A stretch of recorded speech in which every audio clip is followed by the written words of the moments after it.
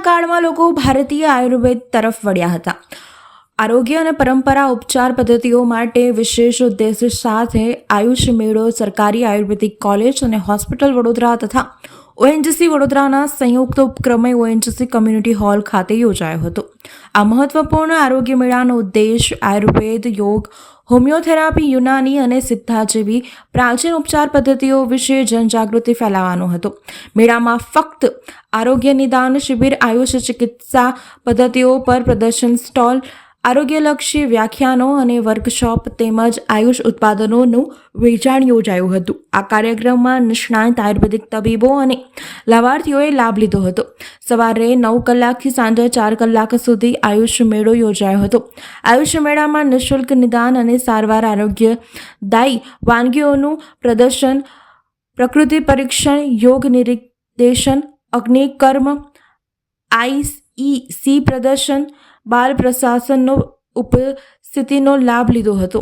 આયુષ મેળામાં મુખ્ય અતિથિ તરીકે Shri PR Mishra, executive director, BCN manager, ONGC તથા અતિથિ વિશેષ તરીકે સરકાર CGM supporter manager Ashish Jain, general manager IC medical, વૈદ ભરત કળસરિયા, આયુર્વેદ આચાર્ય एवं अधीक्षक तेमज वैद्य नीलम देवरे, नायब अधीक्षक तथा मोटी संख्या में लाभार्थियों विशेष उपस्थित रहा था. आज ONGC में एक हम आयुष मेला का आयोजन कर रहे हैं. ये हम समझते हैं कि एक होलिस्टिक मेडिसिन है वैल्यूज. इसमें आयुर्वेदा है, योगा है, यूनानी है, होम्योपैथिक है, सब तरीके की उसमें मेडिसिन इन्वॉल्व है. जितना भी हमारा ट्रेडिशनल मेडिसिन है और हम सब जानते हैं आयुर्वेदा हमारे जीवन में हमारे स्वास्थ्य के लिए कितना उपकारमंद है, कितना और कितना ज़रूरी है.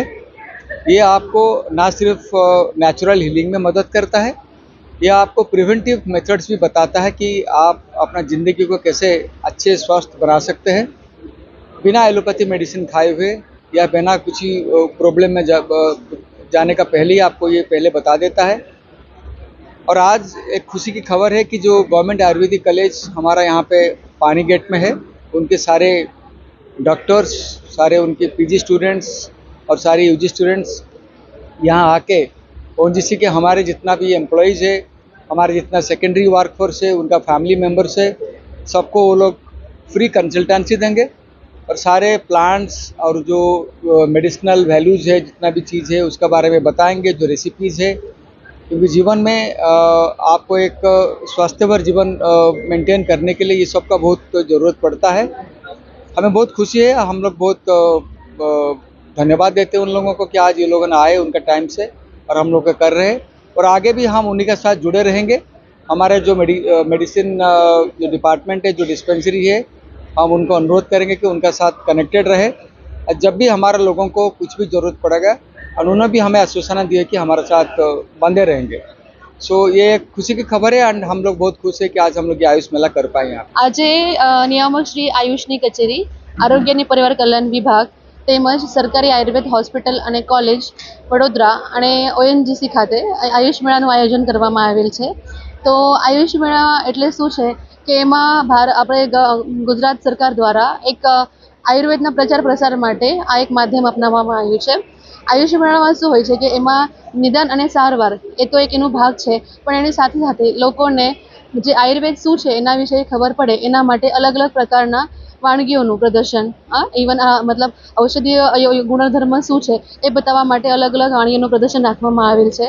ઇવન અહીંયા અલગ અલગ વનસ્પતિ છે જો આપણે ઇઝીલી અવેલેબલ હોય છે આપણી આજુબાજુમાં, એનો આયુર્વેદિક મહત્વ શું છે, ઇવન આપણા રસોડામાં જે મસાલાઓ, મરી મસાલા જે છે એનો આયુર્વેદ ગુણધર્મ શું છે એના વિશે માર્ગદર્શન આપવામાં આવશે.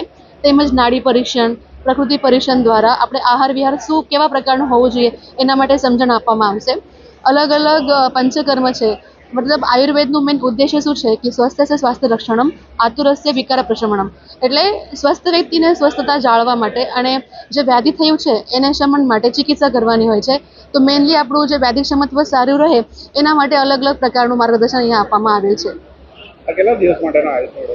આ આયુષ મેળો તો આજે 7 તારીખે આજે એક દિવસ માટે જ અમે ઓર્ગેનાઇઝ કર્યું છે, પણ એના પછી પણ પેશન્ટને ધારો કે કોઈને અહીંયા માર્ગદર્શન લેવું હોય તો સરકારી આયુર્વેદ હોસ્પિટલ ખાતે એ લોકો આવીને માર્ગદર્શન મેળવી શકે.